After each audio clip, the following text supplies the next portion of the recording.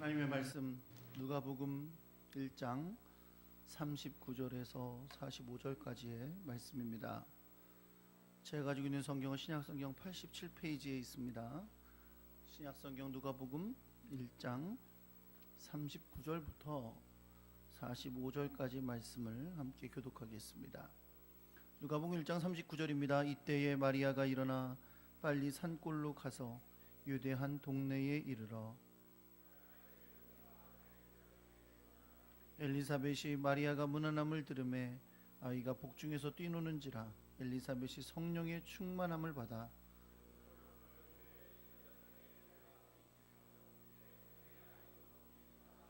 내 주의 어머니가 내게 나오니 이 어찌 된 일인가.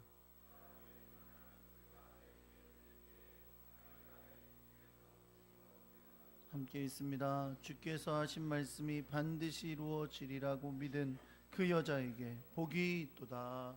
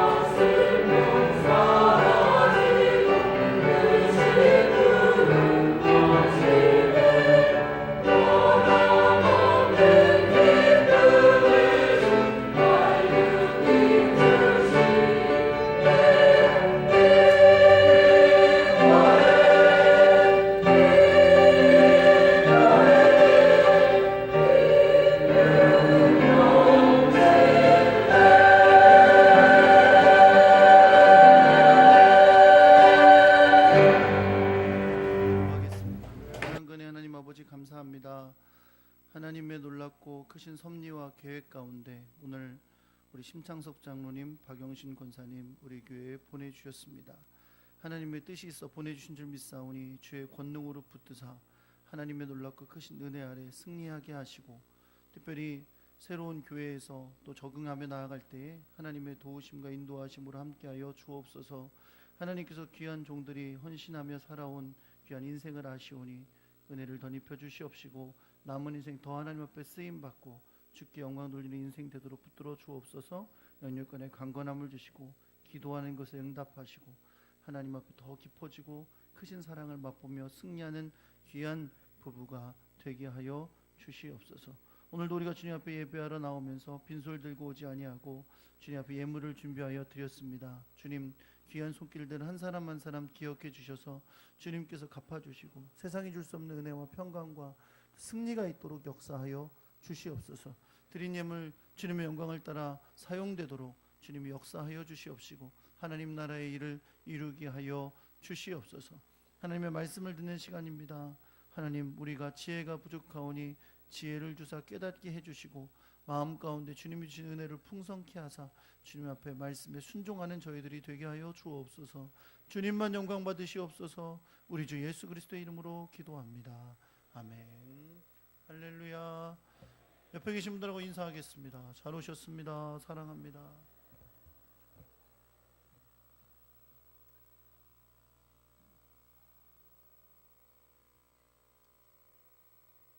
주님이 주시는 놀라운 은혜와 사랑이 여러분과 함께하기를 우리 주 예수 그리스도의 이름으로 축원합니다.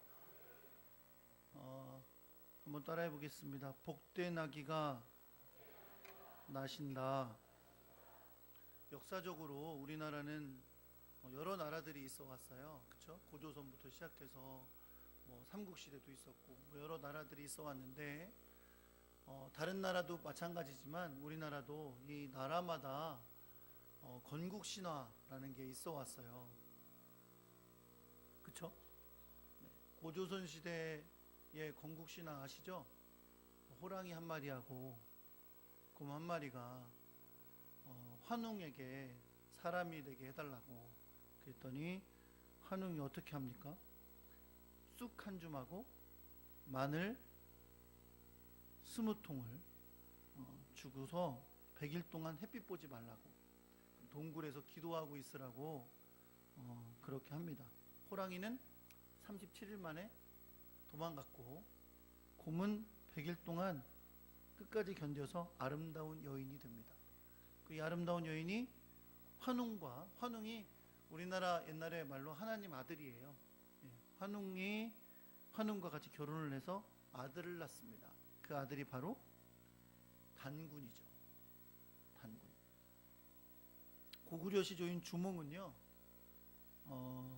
하늘의 신인 천재인 하늘의 신 해모수하고 강물의 신 하백의 딸 유아 사이에서 알로 태어났습니다.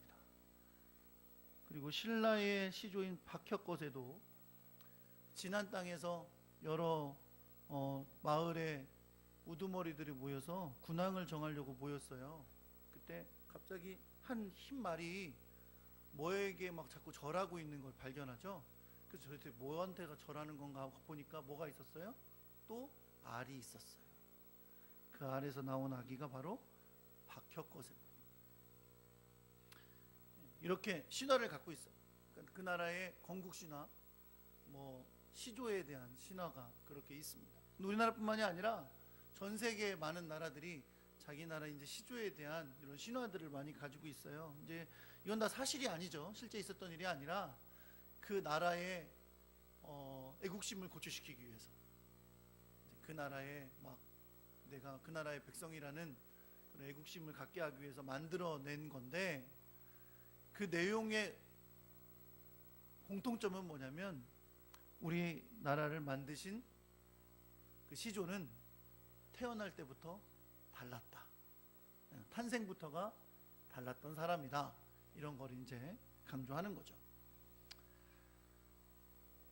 여러분, 우리는 이 대강절 기간을 지나고 있습니다. 이 땅에 영원한 왕으로 오신 예수 그리스도의 탄생을 묵상하고 있는데, 그러나 여러분, 예수님이 하나님 나라의 왕이신 예수님이 탄생하신 것은 결코 신화가 아닙니다. 주님의 오심은 하나님의 놀라운 계획과 섭리 가운데 이루어진 일이고, 그것은 이미 구약 성경에서 많은 선지자들을 통하여 예언되고 약속되었던 것입니다. 결국 예수 그리스도의 오심은 하나님께서 우리에게 주셨던 약속의 성취라는 것이죠. 그리고 구약의 예언들은 예수님에 대해서 예언한, 예수 그리스도의 탄생에 대해서 예언한 구약의 예언들은 예수 그리스도의 오심, 메시아의 오심을 온 세상을 위한 복이라고 말씀하고 있습니다.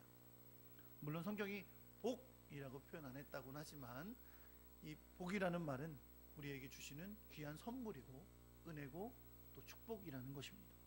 왜냐하면 예수님의 오심은 온 세상을 구원할 구주의 탄생을 의미하는 것이기 때문에 그렇습니다. 오늘은 대강절 네 번째 주일이고 네 번째 촛불을 켜는데 이 네 번째 촛불은 사랑의 촛불이라고 합니다. 예수 그리스도가 육신으로 이 땅에 오신 것은 죄로 인해 죽을 수밖에 없던 우리를 사랑하셔서 행하신 하나님의 놀라운 은혜의 역사이기 때문에 그렇습니다. 영원히 죽을 수밖에 없던 우리들을 이제 영원히 사는 영생의 복을 누리는 자들로 삼으시기 위해 우리를 향해 베푸신 하나님의 사랑이었습니다. 그 사랑의 주님이 이 땅에 오셨고 우리를 향한 사랑을 십자가에서 죽으심으로 확증하여 주신 줄 믿습니다. 오늘 여러분과 제가 함께 읽은 본문은 아주 단순하게 말하면 어떤 장면이냐면 예수님의 육신의 어머니인 마리아와 세례 요한의 어머니인 엘리사벳이 만나는 장면입니다. 이 두 사람은 본래 친척 사이였어요. 그러니까 친척 사이에 어느 날 갑자기 한번 만날 수도 있는 거죠. 그런데 이 친척 사이에 어느 날 갑자기 만났는데 그걸 성경에 기록하지는 않았을 거예요. 오늘 이 친척이었던 엘리사벳과 마리아가 만나는 장면을 성경에 기록한 것은 이 장면이 하나님 나라 역사에 매우 중요한 장면이기 때문입니다. 대강절 네 번째 주일인 오늘 우리는 이 두 여인의 만남을 살펴보면서 우리에게 오신 예수 그리스도, 그분이 바로 복된 아기의 탄생이라는 것을 깨닫게 되는 귀한 시간이 되기를 우리 주 예수 그리스도의 이름으로 축원합니다. 누가복음은 세례 요한의 출생에 관한 이야기로부터 시작됩니다. 이렇게 되죠. 제사장 사가랴라는 사람이 있었어요. 아론의 후손이고 제사장의 직분을 하는 사가랴라는 사람이 있었고요. 그에게는 엘리사벳이라는 아내가 있었습니다. 성경에 보니까 이 두 사람은 하나님 앞에서 참으로 의로운 사람이었어요. 성경에 여러분 의인이라고 불리는 사람 별로 없습니다. 그렇죠? 몇 명 되지 않아요. 그런데 이 엘리사벳과 사가랴는 하나님 앞에서 모든 계명과 규례대로 흠이 없는 의인이었다고 성경이 말씀해 주고 있어요. 그런데 이 하나님 앞에서 모든 계명과 규례대로 흠이 없던 이 의인이었던 부부 사이에는 한 가지 아픔이 있었습니다. 이 아픔은 뭐냐면 사가랴의 아내인 엘리사벳이 잉태를 하지 못하는 거예요. 그렇게 나이가 들어가며 더 이상 잉태를 할 수 없는 그런 때가 되었다는 겁니다. 너무나 충실하게 하나님의 계명과 규례대로 살아서 성경이 그들은 의인이었다라고 말할 정도로 훌륭한 하나님의 사람들이었는데 그들에게 아픔이 있었다는 거예요. 그게 바로 엘리사벳이 잉태하지 못했다는 겁니다. 잉태하지 못하는 게 뭐요? 그럴 수도 있죠. 아니요, 그게 아니라 이 유대인들 사이에서 여인이 결혼한 다음에 잉태하지 못하는 것은 굉장히 큰 흠처럼 여겨졌어요. 마치 하나님께서 그들에게 벌 주시는 것처럼 여겨졌고 수치스러운 일로 여겨졌습니다. 더더군다나 남편이 제사장이잖아요. 하나님의 일을 하는 제사장. 제사장인 아내가 임신을 하지 못하는 이런 상황은 결코 쉽고 간단한 상황이 아니었습니다. 그렇게 하나님 앞에 의로운 사람이었는데 규례와 법도를 지키며 하나님의 일을 하는 제사장 집안의 사람들인데 어떻게 그런 아픔이 있을 수가 있어요? 오히려 더 잘 돼야 되잖아요. 더 복 받아야 되잖아요. 그렇죠? 더 자식이 막 풍성하게 낳아줘야 되잖아요. 그건 우리 생각입니다. 그건 우리식으로 하나님을 해석하는 거예요. 성경은 그들 가운데 그런 아픔이 있었다고 말씀하고 있고요. 그 아픔이 그들 가운데 행하시는 하나님의 놀라운 역사의 시작이었음을 말씀하고 있습니다. 그 아픔이 있던 그들을 통해 바로 거기서부터 하나님은 하나님의 일을 시작하셨다는 겁니다. 그것이 바로 아주 늦은 나이지만 이제 더 이상 아기를 가질 수 있는 희망이 없는 때까지 큰 아픔 가운데 일평생을 살았지만 그때에 바로 그들에게 한 아기를 주셨다는 것입니다. 사가랴가 제사장의 직무를 하고 있을 때 주의 사자 가브리엘이 나타납니다. 가브리엘은 자기가 자기 소개를 하면서 나는 기쁜 소식을 전하는 자다라고 말하는 천사예요. 기쁜 소식을 전하기 위해 가브리엘이 나타납니다. 사가랴에게 너의 아내 엘리사벳이 아들을 낳을 것이다 라고 하면서 그 이름을 요한이라고 하라 라고 명합니다. 그리고 그에게 말하기를 그 요한으로 인해 내가 기뻐하고 즐거워할 뿐만 아니라 많은 사람도 그의 태어남을 기뻐할 것이다 라고 말해줍니다. 기쁜 아이가 태어날 거라는 거죠. 당연한 게 이제 더 이상 엘리사벳은 아기를 가질 수 없는 상황인데 그들에게 아들이 태어나게 될 것이기 때문에 그렇습니다. 그런데 그것이 끝이 아닙니다. 사가랴에게 요한의 탄생을 예언하는 가브리엘 선지자는 요한이 어떻게 살 것이고 어떤 역할을 할 것인지도 알려주었습니다.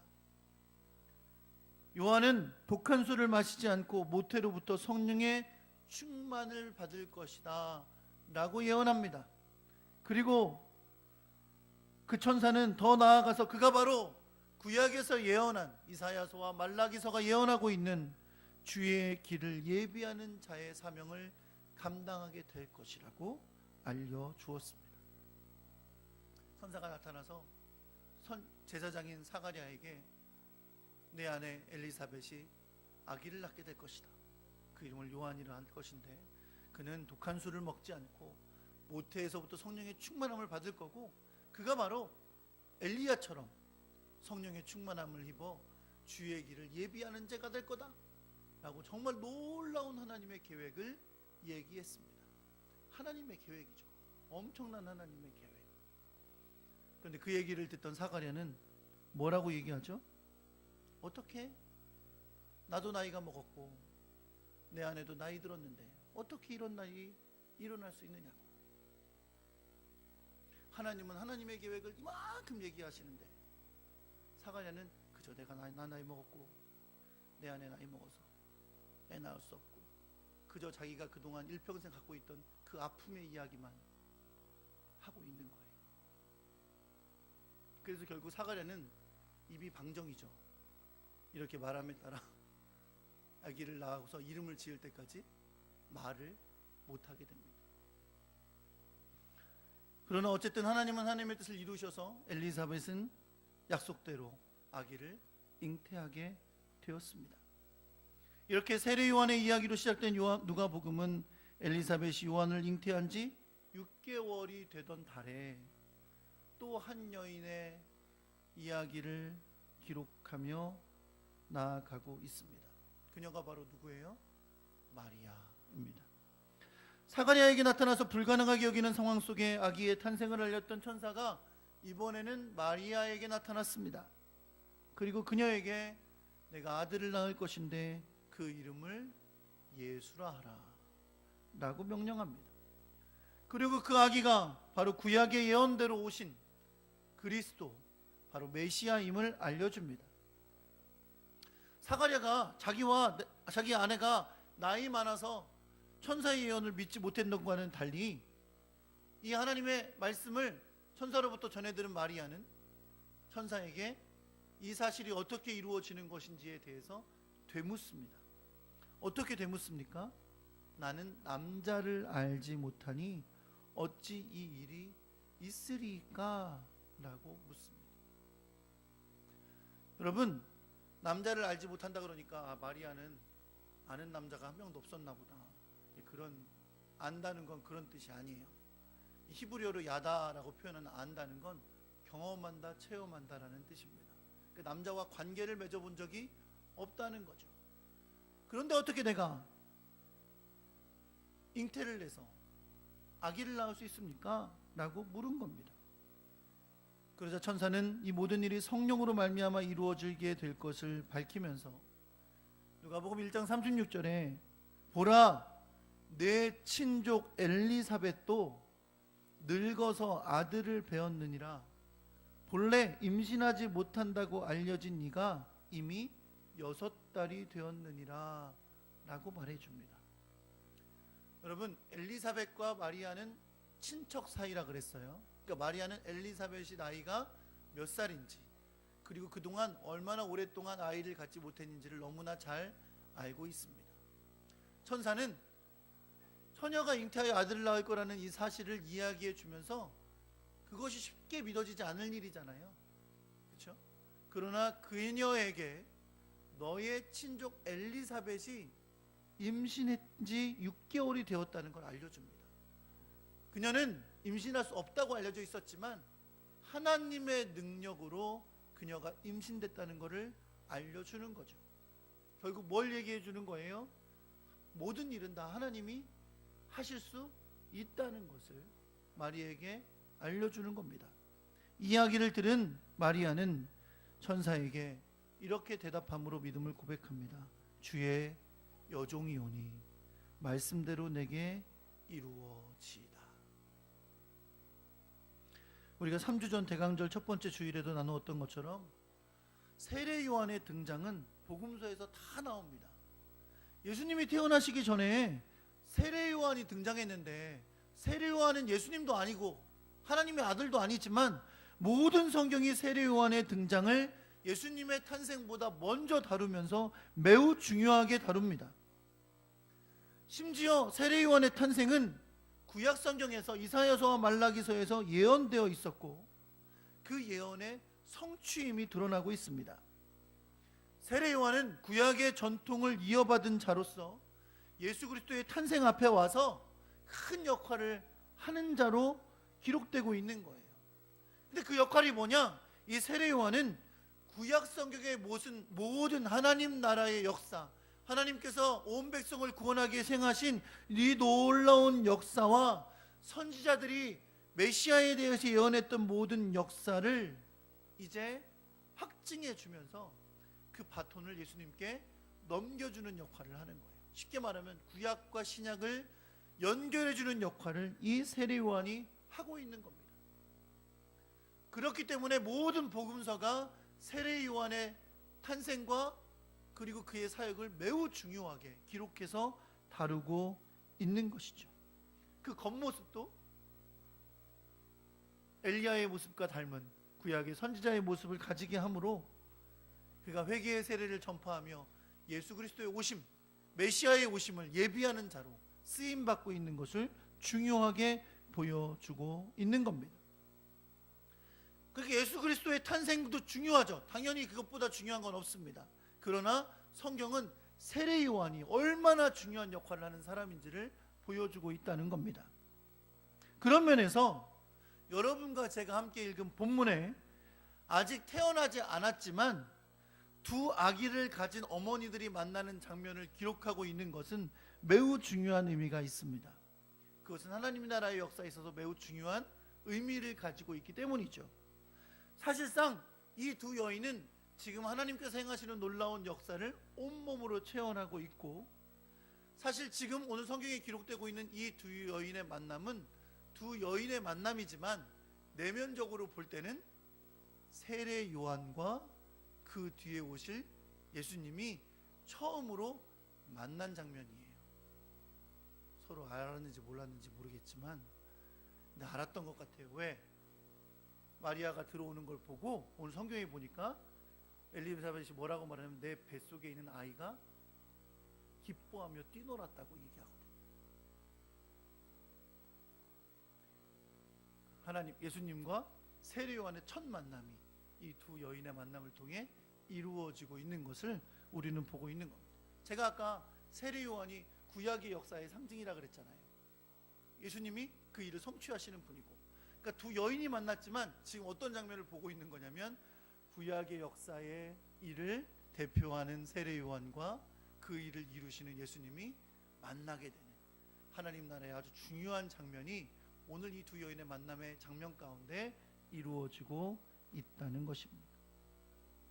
가브리엘 천사를 통해 엘리사벳의 임신 소식을 마리아가 전해 들었어요. 그리고 산중에 있던 이 엘리사벳을 만나러 마리아가 가게 됩니다. 엘리사벳은 이미 임신 6개월째가 되어 있었어요. 마리아가 사가랴의 집에 들어가서 문안하는데 엘리사벳은 성령이 충만함 가운데 이 마리아의 복중에서 아이가 뛰노는 것을 알게 됩니다. 엘리사벳은 성령이 충만했어요. 엘리사벳은 사실은 그 복중에 있는 세례 요한이 성령의 충만함을 받을 거라고 했기 때문에 그와 함께 아마 성령의 충만함 가운데 이 사실을 깨달을 수 있었던 것으로 볼 수 있습니다. 중요한 것은 이 두 여인이 만나 임신을 한 엘리사벳이 마리아의 임신을 알아본 이 장면은 아까도 말씀드린 것처럼 복중에 있는 세례 요한과 예수 그리스도가 처음으로 만난 장면이 되고 있고요. 복중에 있는 아이가 그것을 따라 반응하는 것을 우리는 볼 수 있습니다. 여러분, 마리아보다 6개월 먼저 세례 요한을 임시한 엘리사벳은 오랫동안 임신을 하지 못한 채 늙어가던 여인이었습니다. 아까도 말씀드린 것처럼 당시 사회에서 제사장의 아내인 그녀가 임신을 하지 못했다는 것은 매우 수치스러운 일이었어요. 아마도 그것으로 인해 아마 이 여인은 많이 울고 아파하고 고민하고 슬퍼했을 겁니다. 그러던 그녀가 임신이 불가능하게 되었던 그녀가 하나님의 역사로 말미암아 한 아기를 잉태하게 된 거예요. 누가복음 1장 25절에 보면 그녀가 임신한 후에 하나님께 노래했던 것이 기록되어 있습니다. 뭐라고 기록되어 있냐면 주께서 나를 돌아보시는 날에 인간의 내 부끄러움을 없게 하시려고 이렇게 행하십니다 라고 감사의 고백을 하고 있습니다. 사람들에게 얼마나 이것이 부끄러운 일이었는지를 알 수 있는 거죠. 이 내 부끄러움을 씻어주시려고 주께서 나에게 이 은혜를 베푸셨음을 고백하고 있는 겁니다. 세례 요한을 임신한 것, 이것은 너무나 그녀에게는 큰 복이었습니다. 그러나 세례 요한을 엘리사벳이 임신한 것은 단지 엘리사벳 그녀에게만 복이 아니었습니다. 왜냐하면 세례 요한은 그냥 한 아기로 뒤늦게 늦둥이로 태어난 것이 아니라 그 뒤에 오시는 더 큰 복을 가지고 오시는 그분을 예비하기 위하여 오신 것이기 때문에 그렇습니다. 세례 요한을 임신한 복을 받게 된 엘리사벳은 친족인 마리아가 그녀의 집에 들어올 때에 성령이 충만함 가운데 그녀의 복중에 아기가 있는 것을 보게 됩니다. 그래서 엘리사벳은 큰 소리로 찬양하며 이렇게 노래했습니다. 여자 중에 내가 복이 있으며 내 태중의 아이도 복이 있도다. 마리아는 처녀였어요. 아직 남자를 알지 못하는 처녀. 그런데 그녀에게 여자 중에 내가 복이 있으며 내 태중의 아이도 복이 있다 라고 말하는 것은 성령이 충만하지 않았다면, 그 아이가 누구인지 알지 못했다면 할 수 있는 말이 아니었습니다. 그러나 엘리사벳은 성령이 충만해서 그녀의 임신이 그녀에게 복이고 그 아이도 복이라는 사실을 알게 되었던 거죠. 그리고 그녀는 그 복의 의미를 이렇게 노래합니다. 내 주의 여친이 내게 나오니 이 어찌 된 일인고. 마리아가 들어와요. 친족이에요. 내 친척 가운데 아직 결혼 안 한 소녀가 있는 거죠.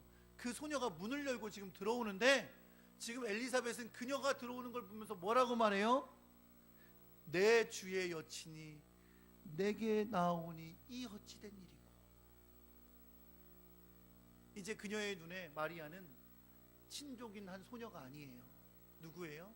내 주의 모친이에요. 성령의 충만함 가운데 그걸 알았다는 겁니다.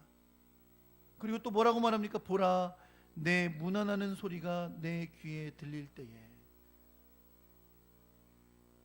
아이가 내 복중에서 기쁨으로 뛰놀았도다. 여러분, 6개월쯤 되면 태동을 느낍니까? 저는 잘 몰라서.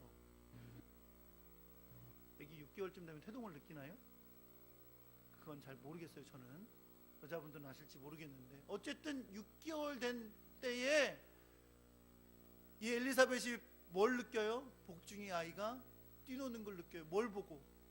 마리아가 들어오는 걸 보고. 마리아만 들어온 게 아니죠. 그 복중에 있는 예수 그리스도가 들어오는 걸 보고 이 아이가 그걸 알고 복중에서 기뻐서 뛰놀았다고 말씀하고 있습니다. 제가 이 두 여인의 만남이 두 여인의 만남이 아니라 그랬죠. 누구와 누구의 만남이라고요? 세례 요한과 예수 그리스도의 만남이에요. 그것이 바로 복중에서 아이가 뛰어노는 것을 통해 드러나고 있습니다. 성령이 충만했던 엘리사벳은 마리아가 임신한 아기가 그리스도인 것을 알았던 겁니다. 그녀의 복중에서 기쁨으로 뛰어노는 아기가 바로 하나님이 보내신 메시아인 것을 알아보고 뛰어놀았던 겁니다. 그리고 그녀는 마리아가 천사에게 고백했던 믿음의 고백을 마치 알았던 것처럼 그녀에게 이렇게 말합니다. 믿는 여자에게 복이 있도다. 주께서 그에게 하신 말씀이 반드시 이루리라. 앞서 1장 38절에서 천사가 예수님이 그녀를 통해 나실 것을 전했을 때 마리아가 이해할 수 없는 상황 속에서도 주의 여종이오니 말씀대로 내게 이루어지이다 라고 고백했던 믿음의 고백이 이제 엘리사벳의 입을 통해 확증하여 나왔던 겁니다. 뭐라고요? 믿는 여자에게 복이 있도다. 주께서 그에게 하신 말씀이 반드시 이루리라. 사랑하는 성도 여러분, 마리아는 나사렛이라는 작은 시골 동네에 살던 어린 소녀에 불과했습니다. 당시 유대 사회는 남성 중심의 사회예요. 여자들은 굉장히 무시를 받았습니다.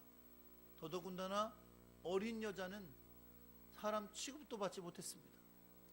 여러분 너무나 잘 아시죠? 예수님께서 오병이어를 행하셨을 때 몇 명을 먹이고 5,000명을 먹이고 12강주리가 남았어요. 그렇죠?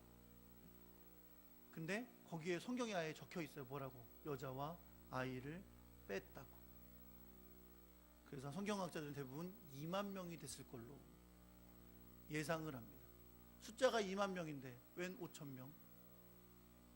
여자와 아이는 세지도 않아요. 근데 여자와 아이를 합친 여자아이는 얼마나 그 사회 속에서 소외당하고 무시당하고 그런 삶을 살았을까요? 나사렛이란 시골 동네에 아주 초라하게 무시받으며 살던 한 여자아이에게 성령의 임재로 말미암아 예수 그리스도가 그에게 나신 것을 여러분 믿으시기 바랍니다. 인간적으로는 남자를 알지 못하던 그녀가 임신하게 된 것은 당황스러운 일이었겠지만 분명 그것은 그녀에게 주신 하나님의 놀라운 복이었습니다. 우리가 다 읽지 않았지만 오늘 본문에 뒤이어 이어지는 46절부터의 말씀을 보통 성경학자들이 마리아의 찬가라고 부릅니다. 이 마리아의 시 가운데 46절에 48절에 보면 이렇게 마리아는 노래합니다. 내 영혼이 주를 찬양하며 내 마음이 하나님 내 구주를 기뻐하였음은 그의 여종의 비천함을 돌아보셨습니다. 보라 이제 후로는 만세의 날을 뭐라고 하리라? 복이 있다 일컬으리로다.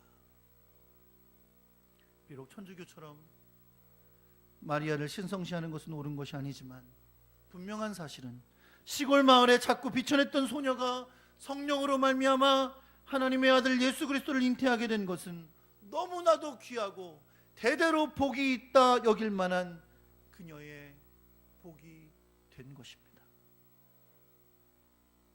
그러나 그녀가 예수 그리스도를 임신한 것은 단지 그녀에게만 복이 아닙니다. 그녀를 통해 세상에 나실 그 아기는 온 세상에 복을 가져올 그리스도이기 때문에 그렇습니다. 처녀의 몸으로 임신하게 된 그녀가 복된 것은 그것이 단지 성령으로 말미암아 되어진 것이어서가 아니라 그를 통해 행하실 하나님의 놀라운 구원의 복이 온 세상에 미칠 것이기 때문에 그렇습니다. 그녀가 낳을 이 아기는 자기 백성을 저희 죄에서 구원할 예수 그리스도이시기 때문입니다. 사랑하는 성도 여러분, 복을 받은 두 여인을 통해 하나님은 온 세상에 미칠 큰 복을 나누어 주셨습니다.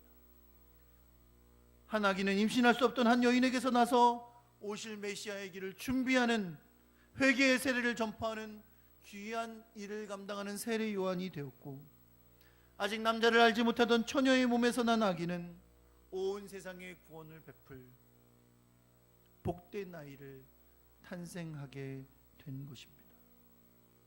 그런 면에서 복을 받은 두 여인의 만남은 하나님 나라의 구원 역사에 매우 중요한 장면이 되어서 오늘 여러분과 제가 읽은 것처럼 성경에 아름답게 기록이 되어 있는 것입니다. 사랑하는 성도 여러분, 성탄을 이틀 앞에 두고 있습니다.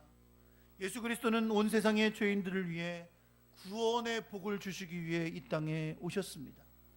베들레헴의 말구 위에 누였던 그 아기는 그 모습은 너무나 초라했고 그가 걸어가는 길도 화려한 것은 아무것도 없었지만 그러나 그로 말미암아 우리의 죄를 사하여 주시고 우리가 죄와 사망의 권세에서 벗어나 영생의 복을 누리게 하신 것을 여러분 믿으시기 바랍니다.